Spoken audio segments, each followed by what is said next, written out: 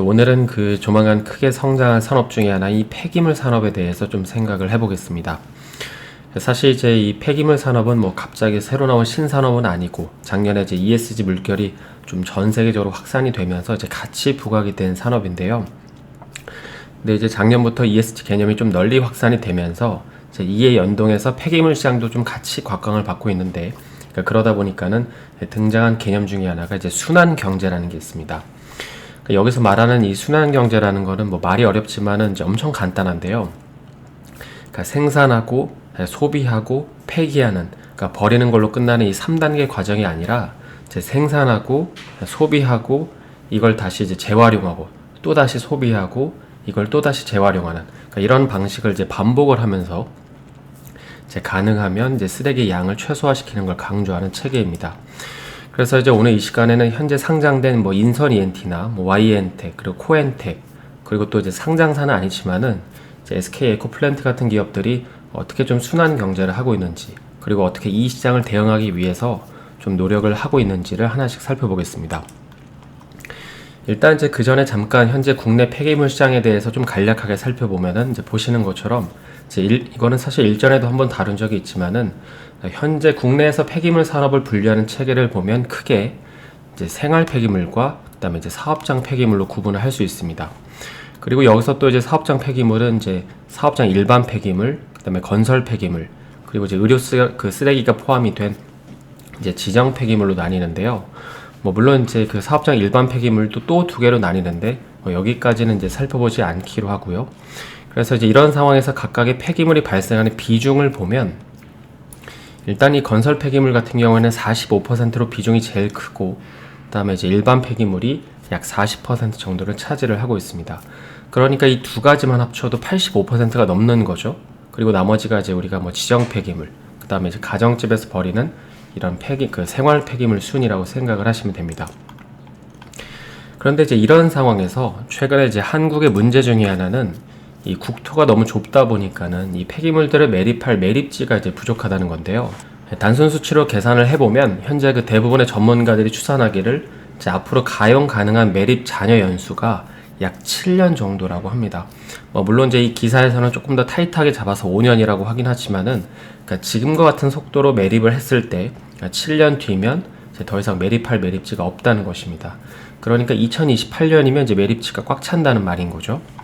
그래서 현재 이제 이런 문제가 있다 보니까는 이제 올해부터 환경부를 중심으로 이제 각종 규제가 좀 쏟아져 나오고 있는데, 이제 올해 2월에 발표된 이 폐기물 관리법 이 시행령이라는 걸 보면 이제 수도권은 2026년부터 그리고 지방은 2030년부터 이 종량제 봉투가 담긴 생활 폐기물의 직매립이라는 게 금지가 됩니다.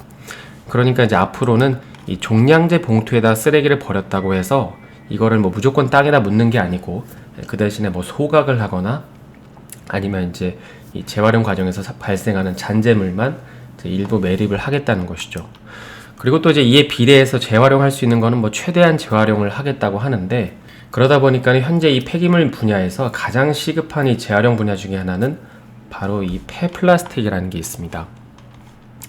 그래서 현재 이 폐플라스틱 같은 경우에는 보시는 것처럼 이런 방식으로 좀 처리를 하고 있는데요. 먼저 첫 번째는 이제 기계적으로 이제 재활용을 하는 것입니다. 여기는 물질 재활용이 나와 있는데, 이게 무슨 말이냐면은 말 그대로 이제 폐플라스틱을 가공해서 재활용을 하겠다는 건데요. 그런데 이제 이게 문제는 이 오염도가 심하면, 폐플라스틱의 오염도가 심하면 재활용이 안 된다는 게 있습니다. 그 외 종종 이렇게 플라스틱을 버리기 전에 뭐 물로 이제 깨끗하게 씻어서 라벨 제거하고 버리라는 이런 이미지를 보신 적이 있으시잖아요. 이게 이제 물로 헹궈주지 않으면 이제 오염도에 따라서 재활용이 안 됩니다. 그러다 보니까는 이제 여러분이 플라스틱을 버리기 전에 물로 한 번씩만 좀 헹궈줘도 이제 기계적으로 재활용이 될 때 더러워서 좀 재활용이 안 되는 양이 약간 덜 하겠죠. 그리고 이제 다음으로는 화학적 재활용이라는 게 있는데요. 이걸 뭐 개념적으로 이해하실 필요는 없겠지만은 이제 폐플라스틱을 화학적으로 분해해서 이제 열 분해유라는 걸 이제 추출을 하는데, 이제 이 열 분해유라는 거는 석유화학 제품의 뭐 연료나 수소 생산에 재활용이 되기 때문에 이제 이걸 현재 정부에서도 장려하는 방법입니다. 그리고 또 이제 이렇게 하면은 이제 앞서 살펴본 이제 첫 번째 방법인 이 기계적으로 재활용이 안 되는 폐플라스틱도 처리를 할 수 있는데, 근데 이거는 이제 화학 공정을 위해서 그 대규모 공장을 지어야 되잖아요. 그러다 보니까는 이 초기 비용이 만만치 않다는 이제 단점이 있습니다. 그래서 크게는 이제 이 두 가지 방식으로 이제 버려지는 플라스틱을 재활용을 하고 있는데, 그런데 이제 여기서 중요한 거는 이 어떤 방식으로 폐플라스틱을 재활용하는지도 중요하지만은 이제 한편으로 더 중요한 거는 이 폐플라스틱의 수집이라는 게 있습니다. 그러니까 이게 무슨 말이냐면, 특히 이제 한국 같은 경우에는 앞서 말씀드린 것처럼 이물질이 섞여서 벌어지는 플라스틱이 워낙 많기 때문에 이 폐플라스틱 전체 중에 70% 정도만 이제 재활용이 가능하다고 해요. 그러니까 이거는 약간 직관적으로도 이해가 되는 게, 그러니까 여러분이 이제 택배로 배달 음식을 시켜 먹었는데, 그러니까 대부분의 음식은 이제 플라스틱 용기에 담겨져서 오잖아요.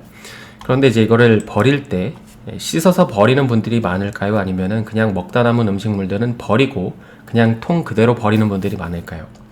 물론 이제 헹궈서 버리는 분들도 계시겠지만은 대부분의 경우 그렇지 않은 경우도 많기 때문에 이제 현재 국내에는 이 재활용 가능한 플라스틱이 많이 부족하다고 합니다. 그리고 특히 이제 최근에 정부에서는 또 이런 식으로 이제 폐플라스틱 수입 금지까지 발표를 했기 때문에 이제 그러다 보니까 폐플라스틱 가격이 이제 급등을 하고 있다고 하죠. 그러니까 내가 아무리 그러니까 이 플라스틱을 재활용하는 기술이 뛰어나다고 해도 그보다 더 중요한 거는 이 폐플라스틱 수급이 좀 원활하게 이루어져야 한다는 것입니다. 그래서 최근에 이쪽 폐기물 섹터에서 이슈가 되고 있는 것 중에 하나가 바로 이런 식으로 이제 M&A랑 인수합병 이슈가 이제 계속 있는데요. 여기 이제 기사 내용에도 보시면은 그 SK 에코플랜트라는 기업이 이제 올해 상반기에 일반 소각장 4개, 의료 소각장 3개를 인수했다고 하는데, 이 소각장을 인수했다는 거는 뭐 물론 소각을 더 많이 할 수도 있다는 말이기도 하지만은 저 소각장으로 들어오는 폐기물들이 있을 거잖아요. 그래서 이 기사의 내용 중에 하나는 단순히 소각 시스템을 뭐 더 크게 확대했다는 것도 맞지만은 이제 한편으로는 이제 소각장으로 들어오는 폐기물의 양을 늘리기 위해서도 이제 이런 조치를 취했음을 알 수 있습니다. 그래서 이제 폐플라스틱 같은 경우는 최근에 이제 살펴본 이런 이슈들이 좀 히스토리가 있었는데요. 그런데 이제 요즘에 폐플라스틱 말고 이제 주목받는 또 다른 폐기물이 하나 있죠. 바로 이제 자동차 재활용 산업입니다. 이거는 이제 인선 ENT를 보유하고 계신 분들이라면 이제 중요한 투자 포인트로 삼고 계실 텐데, 일반적으로 이제 자동차를 재활용한다는 건 크게 두 가지로 나눠서 생각을 할 수 있죠. 먼저 그 자동차를 폐차할 때 생기는 이 철 스크랩이 있죠. 그리고 이제 다음으로는 이제 여기에서 나오는 괜찮은 부품들을 이제 재판매하는 게 있습니다. 그런데 이제 최근에는 이 둘 중에서 이 철 스크랩을 생산하는 쪽을 더 키우고 있는데요. 왜냐하면은 뭐 당연히 수익성도 좋고 무엇보다도 코로나 이후에 철강 가격이 크게 상승을 했기 때문입니다. 이제 보시는 거는 이제 산업통상부에서 제공하는 이 철강 원자재 가격 동향이라는 건데요. 여기 보시면은 이 철 스크랩 가격이 작년 9월에 비해서 거의 2배가 이제 안 되게 좀 올랐죠. 그러니까 작년만 하더라도 이제 톤당 한 $200 정도 됐는데 이제 올해는 이게 400까지 올라갔습니다. 그러면 이게 단지 가격만 올라서 철 스크랩이 각광을 받는 걸까요? 뭐 물론 이제 현재 철 스크랩이 이제 각광을 받는 이유는 뭐 철강 수요가 늘어나서, 그러니까 사용차가 많아져서 가격이 상승한 것도 있지만은, 일반적으로 이제 비싼 철광석이랑 석탄을 사용하는 것보다도 이제 이런 식으로 고철을 사용하면 낮은 원가로 쇳물을 뽑아낼 수 있다는 장점이 있습니다. 그리고 무엇보다도 이제 현재 그 전 세계적으로 문제가 되고 있는 이 탄소 수치도 줄일 수 있기 때문에 최대 이제 4배에서 5배 정도의 이산화탄소를 이제 줄일 수 있다고 합니다. 그러다 보니까는 이 자동차를 재활용하는 산업이 이제 미래 산업으로 각광받는 이유 중에 하나가 이제 이런 이유 때문인 거죠. 그리고 조금 더 이제 이에 파생해서 생각을 해보면, 이제 아직은 이제 커지고 있는 단계이지만은 전기차 배터리 재활용 시장까지 조금 연결이 되죠. 인선 ENT는. 그래서 수명이 다한 폐배터리를 뭐 휴대용 배터리로 재사용하고, 또 그 안에 있는 뭐 니켈이나 망간, 그러니까 코발트 같은 것도 추출을 해서 이제 다시금 재활용할 수 있는 만큼 이제 이쪽 시장은 사실 시기의 문제이지 방향의 문제는 아니지 않나 싶습니다. 그래서 이제 지금 한국에서는 이 인선 ENT의 자회사인 인선 모터스라는 기업이 이제 이쪽 부분에서 가장 앞단에 있는 기업 중에 하나인데, 이제 당장 그 전기차 전용 해체 공장을 이제 자체 개발을 해서 테스트를 하고 있고, 특히 또 이제 전기차 배터리 같은 경우에는 이제 화재 위험성이 있잖아요. 그러다 보니까는 이제 이런 배터리들이 뭐 언제 폭발할지 모르는데, 그래서 이를 위해서 이제 이 특화된 뭐 운반, 보관 방식 플랫폼도 보시는 것처럼 이제 이런 식으로 개발을 하면서 이제 관련 시스템을 좀 유기적으로 구축을 하고 있는 상태입니다. 그리고 이제 다음으로 이거는 뭐 코엔텍이랑 그 YN텍에 좀 해당되는 내용일 것 같은데요. 그러니까 요즘에 이제 재활용 부분에서 새로 부각되고 있는 것 중에 하나가 바로 이제 스팀이라는 게 있습니다. 그 스팀 청소기 할 때 그 스팀을 떠올리시면 되시는데, 이제 이거에 대한 로직을 잠깐 설명을 드리면, 이제 어떤 쓰레기들은 묻기도 하지만, 그러니까 땅이 묻기도 하지만은 소각을 해야 되는 경우도 있죠. 불로 태워버리는 쓰레기들도 있는데, 이제 그럴 때 나오는 열기를 활용해서 이제 스팀을 생산하는 것입니다. 그리고 이렇게 생산한 스팀을 판매해서 이제 매출을 올린다는 건데, 근데 이 스팀이 이제 어디에 사용되냐면 바로 이제 이런 정유 공장에서 사용이 된다고 합니다. 그래서 여기 이제 기사 내용에 보면 이 정유 공장에서 원유를 정제할 때 스팀을 가해서 일정 온도로 가열하고 식히는 과정을 계속 반복을 한다고 하는데, 현재 이 정유 공장 같은 경우에는 이 스팀을 생산하려면 이제 환경에도 안 좋고 질이 낮은 이 벙커 CU에서 생산을 해야 되거든요.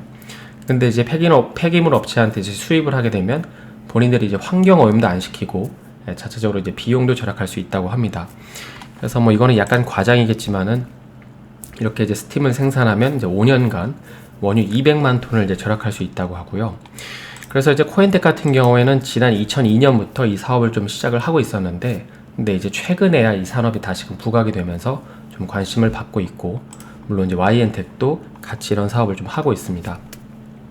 그래서 이제 이게 그 쓰레기를 소각하다가 원래는 버려지는 걸 모아가지고 파는 거기 때문에 이 남기는 마진율이 이제 상당하다고 해요. 그래서 이제 현재는 그 이들 새 업체들의 주력 산업인 이제 건설 폐기물, 그리고 또 그 선행 섹터인 이제 그 건설 공사 현장이 뭐 엄청나게 바쁘지 않기 때문에 이제 현재는 이런 폐기물 업체들이 크게 할 일이 없지 않냐, 이런 시각 때문에 조금 주가가 이제 조정을 받고 있지만은, 이제 최근 앞서 이제 살펴본 이 재활용 산업이 커질 거라는 게 분명하게 드러나면서 좀 앞으로는 이쪽 부분을 중심으로 조만간 재활용 사업의 중요성이 크게 강조되지 않을까 싶긴 합니다. 물론 이제 앞서 살펴본 것처럼 뭐 폐기물을 어떻게 조달해 올 건지, 그리고 현재 이제 매립지가 되게 부족한 상태에서 이제 어떤 대안을 제시할 건지는 이제 숙제겠지만은, 이제 그럼에도 불구하고 전 세계는 ESG 사업을 좀 중심으로 커지고 있는 만큼 이제 그 안에서 분명히 두각을 나타내는 기업이 있지 않을까 싶긴 합니다. 그래서 오늘은 최근 본업 때문에 약간 지지부진한 평가를 받고 있지만, 이제 그럼에도 미래 성장 가치가 분명한 이 폐기물 업체들에 대해서 좀 간단히 살펴봤는데요. 자, 한 주간 고생 많으셨고 저는 월요일에 다시 인사드리겠습니다. 오늘 영상이 도움이 되셨다면 좋아요와 구독 부탁드립니다.